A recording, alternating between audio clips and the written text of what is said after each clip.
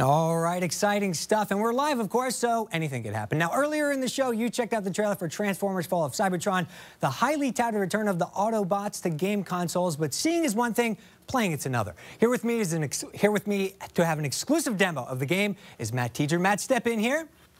Good to see you, man. And this is a highly touted game here at E3 2012, and you're transforming our expectations right before our eyes. Walk us through a little bit about what we're going to see with Metroplex. Yeah, so we were super excited, not just to make Cybertron this big, huge place, but also have some big, giant characters. So you can see Metroplex on screen. He is a city-sized transformer. And one of the things that's really great about this game is that you're really going to get in the head of each character that you're going to play as. Optimus, his special ability is he can control Metroplex on the battlefield.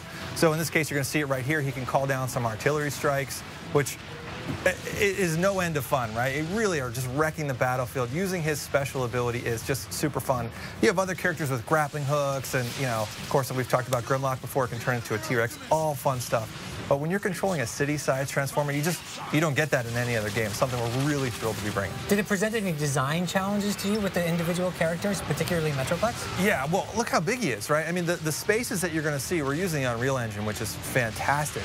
But the spaces that you really kind of expect when you can be a vehicle at any time are enormous.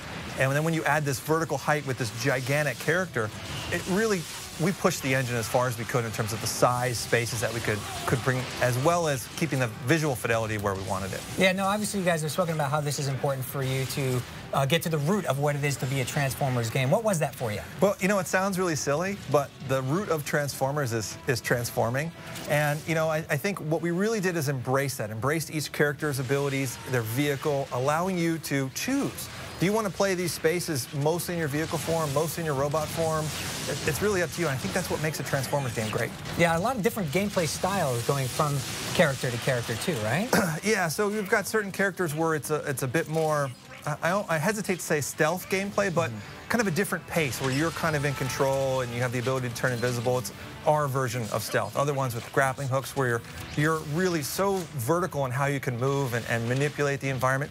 Every character is really different. I think that's what makes this game so special. And in terms of characters, who have you confirmed? Are you announcing anybody new here at E3 2012? Well, we've talked a little bit about Metroplex, but Bumblebee I'm really excited to be talking about because he's the first character you're going to see in the game.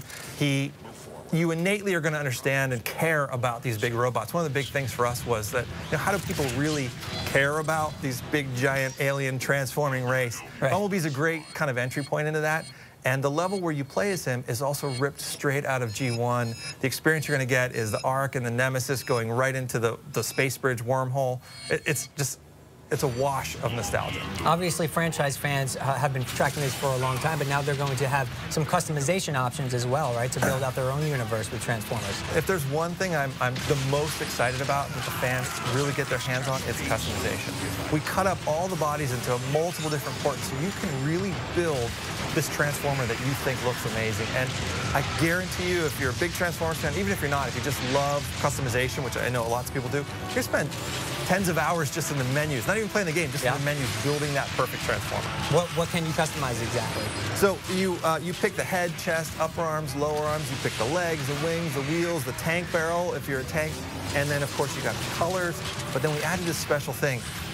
Cybertron's this all-metal world, so we have a lot more metal in it than any other game you're going to play anywhere. So we spent a lot of time with, does it look pitted? Does it look bronzy? Does it look tinny? So we actually allowed you in the customization system to adjust how metallic your character looks. Does it look like a painted kind of G1 character, or the metal, or does it look like this ultra concept car? And you can kind of go in the slider there.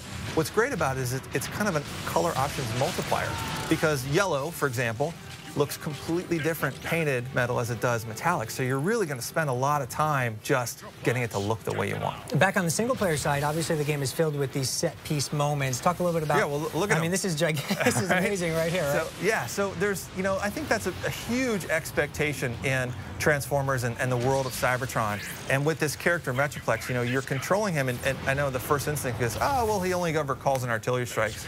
That's not the way it works. He's going to really surprise you, impress you, as he does lots of different kind of things when you play with him.